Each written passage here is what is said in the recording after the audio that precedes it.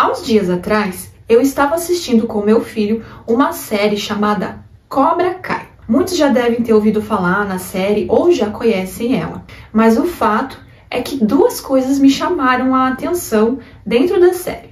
A primeira delas é que a série foi baseada na história do filme Karate Kid de 1984. Aliás, grande parte do elenco que fez parte do filme faz parte da série também. Só para resumir então a história do filme, ela conta a história de um menino ali que acaba se mudando com a mãe dele de cidade e por conta de um amor ali da adolescência, ele acaba se envolvendo em algumas brigas e ele acaba apanhando muito dos seus oponentes. Então, ele conhece ali um mestre do karatê e ele percebe que esse senhor tem muitas habilidades. Então, ele convence esse senhor, chamado Senhor Miyagi, né, a ensiná-lo a lutar o karatê. Ele passa a ensinar o menino, pedir para que o menino faça tarefas do dia a dia, né? Limpar o carro, pintar a parede. Então, todas as vezes que ele pede para esse garoto executar essas tarefas, ele está sempre corrigindo e pedindo para ele fazer de um modo específico, porque tem um objetivo por trás disso. Como toda criança, como todo adolescente, ele não compreende naquele momento por que aquele mestre está pedindo para ele fazer aquelas atividades e não está ensinando para ele de fato o karatê. E é aí que entra o segundo fato que me chamou a atenção dentro da série. Na série, o menino, que já é um adulto, né, o Daniel LaRusso, ele passa a se tornar um sensei, né, que é como eles chamam. E ele utiliza os mesmos métodos que ele aprendeu quando criança a ensinar também para o seu aluno, né? E isso me chamou muita atenção, porque aí a gente se recorda que existe algo chamado memória motora. Eu, particularmente, preferiria chamar memória neuromuscular. Então, quando o mestre passava esse tipo de tarefa para o seu aprendiz, o objetivo dele era que quanto mais ele praticasse, quanto mais ele executasse aquela tarefa, é que com o tempo aquele movimento se tornasse cada vez mais rápido, mais preciso e mais instintivo. E isso me fez recordar que há um tempo atrás eu havia publicado um vídeo aqui no canal que falava sobre um paciente chamado HM. Eu vou colocar aqui embaixo o link do vídeo caso alguém tenha curiosidade.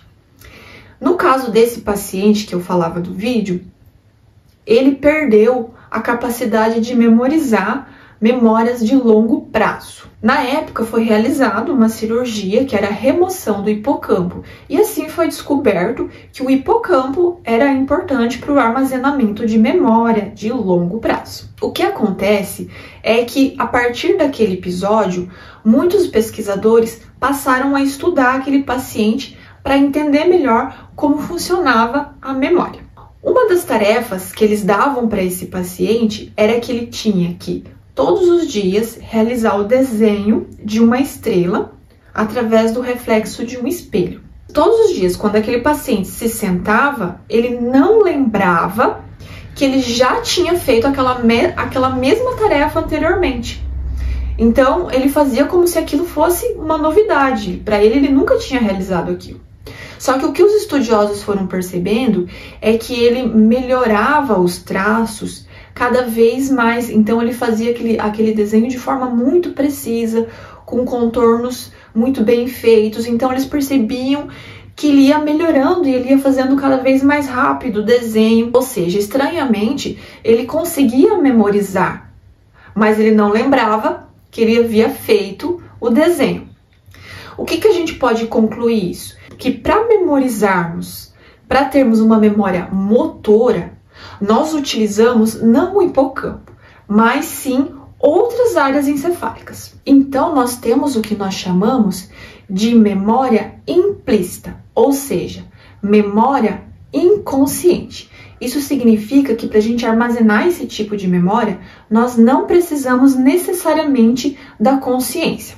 Claro, no momento que nós estamos aprendendo, a gente precisa, porque a gente precisa se concentrar no que estamos fazendo.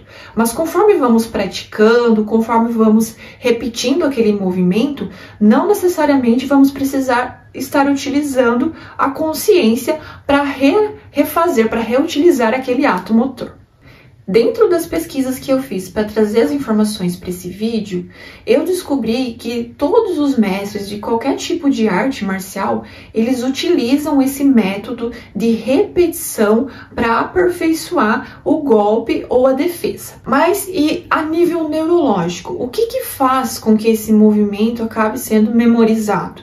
O que fez com que aquele paciente que não tinha capacidade mais de armazenar a memória consciente, ainda assim conseguisse armazenar a memória de um ato, de uma atitude, de uma ação motora? Então, quando eu estou aprendendo o ato motor, aprendendo a realizar algum tipo de movimento, algum tipo de tarefa, essas informações, elas vão entrar através das vias sensitivas.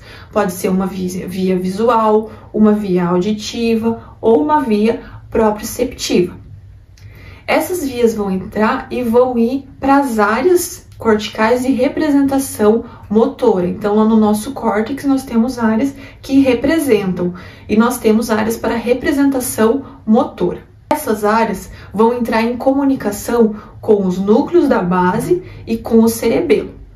Então, quanto mais eu executo aquela tarefa, quanto mais eu faço aquele movimento de forma repetitiva, mais eu ativo essas outras regiões, que seriam o núcleo da base e o cerebelo.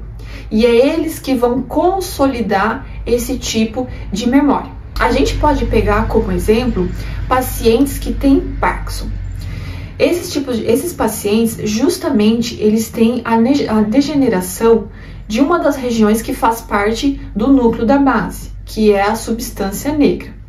Então, se você observar um paciente que tem Parkinson, ele tem justamente ao contrário disso tudo que eu falei. Ele não tem rapidez, ele não tem agilidade, ele não tem coordenação, porque a região que seria importante para essa memória motora, ela está sendo danificada. Então, assim a gente consegue associar a região ali que realmente é importante para o armazenamento desta memória. E aí, como eu estava comentando, a partir do momento que a pessoa repete aquela atividade, treina, essa atividade, esse ato motor, esse movimento, como andar de bicicleta, tocar algum movimento, tocar algum instrumento musical, qualquer tipo aí de, até mesmo escrever, digitar, você pode pensar em qualquer coisa aí que inclua uma agilidade motora.